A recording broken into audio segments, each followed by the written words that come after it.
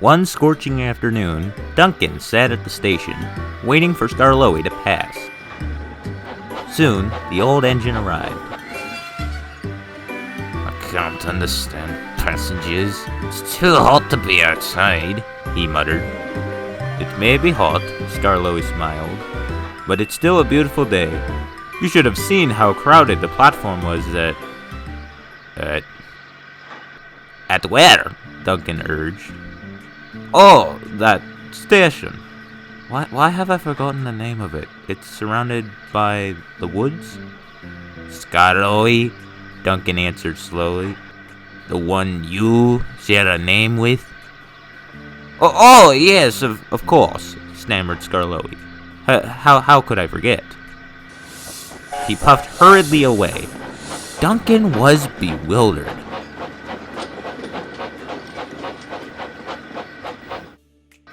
I've never seen him so confused before, he later confided to Rusty. He's not the forgetful type. Perhaps it's the weather? Rusty observed. He does get to an engine. It wasn't the heat. Skarloey had arrived at the shed whilst they were talking. I was reminded of an old friend. What do you mean? Asked Duncan. Skarloey sighed. It happened long before you two arrived.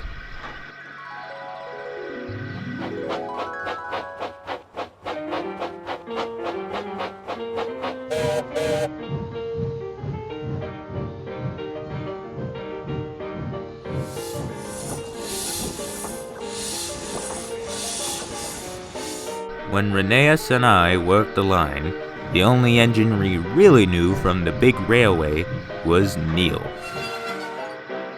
He was boxy and strange looking, but a kinder engine you'd never meet.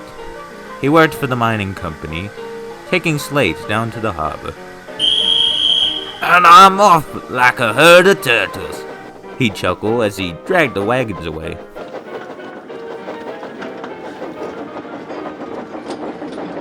He wasn't as strong as engines today, but he always worked his hardest. I liked his quick wit, the best, sharpest attack he was. Skarloey paused, as if composing himself. As the years wore on, things changed. I remember that morning like it was yesterday.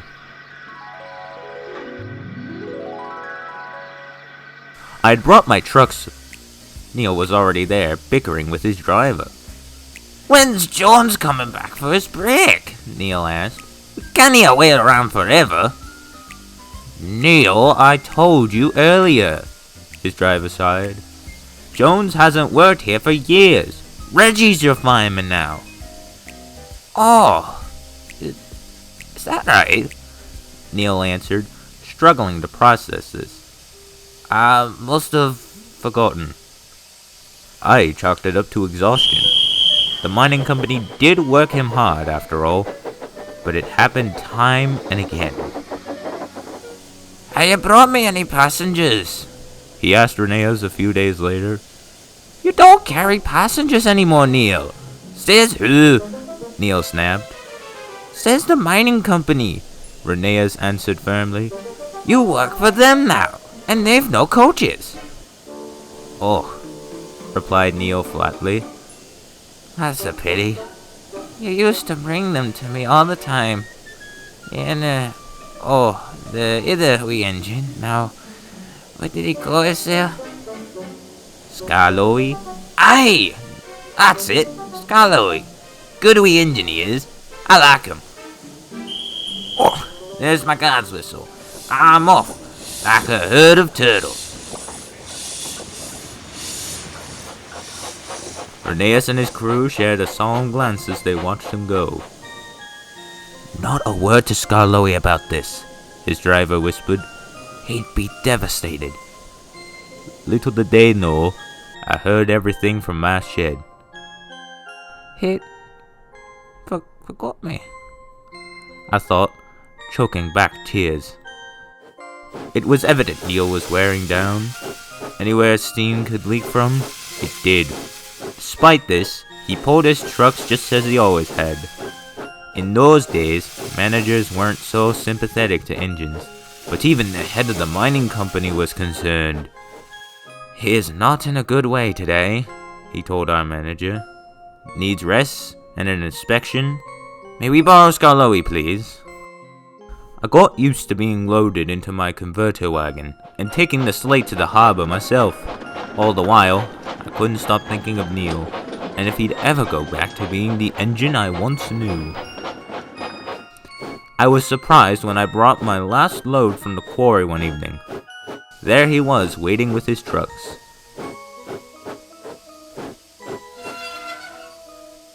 "It's glad to see you, Neil," I sighed with relief.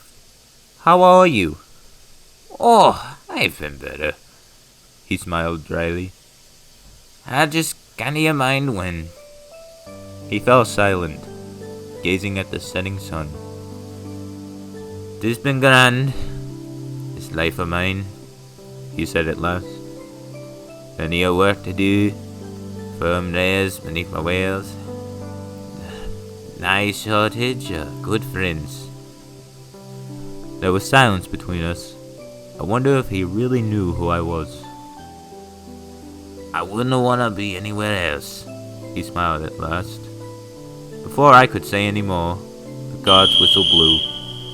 "Ah," he sighed. "That's my cue. Smooth runnings to you. I'm off, like a herd of turtles."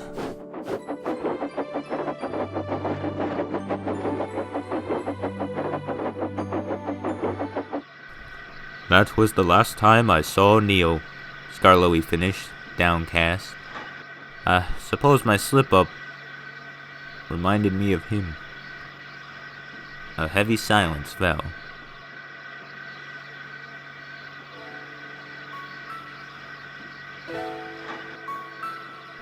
"He never really forgot about you, you know." Rheneas had come alongside while Skarloey was telling his story. "Neil was pushed harder than he ought to have been, and wasn't cared for nearly as well as us. Even so," Rheneas smiled, "he remained the engine we both knew until the end. When you were away, he'd come to take empty trucks back, and always asked after you." "He did?" "Always," Rheneas reiterated. "How's wee Skarloey then? Hasn't left you to run the line yourself, has he?" Skarloey chuckled, remembering his friend's wit. "We're old engines, Skarloey," Rheneas continued. "We may forget things from time to time, and who could blame us in this heat? But you've recalled Neil's Twilight years in perfect detail. If your memory is leaving you, it's not going very fast." "Like a herd of turtles, you might say," smirked Duncan. All the engines shared a good laugh, and Skarloey sighed contentedly. He gazed at the setting sun, memories of Neil dancing in his smokebox. He smiled, knowing he could see his old friend anytime he wanted. He only had to close his eyes.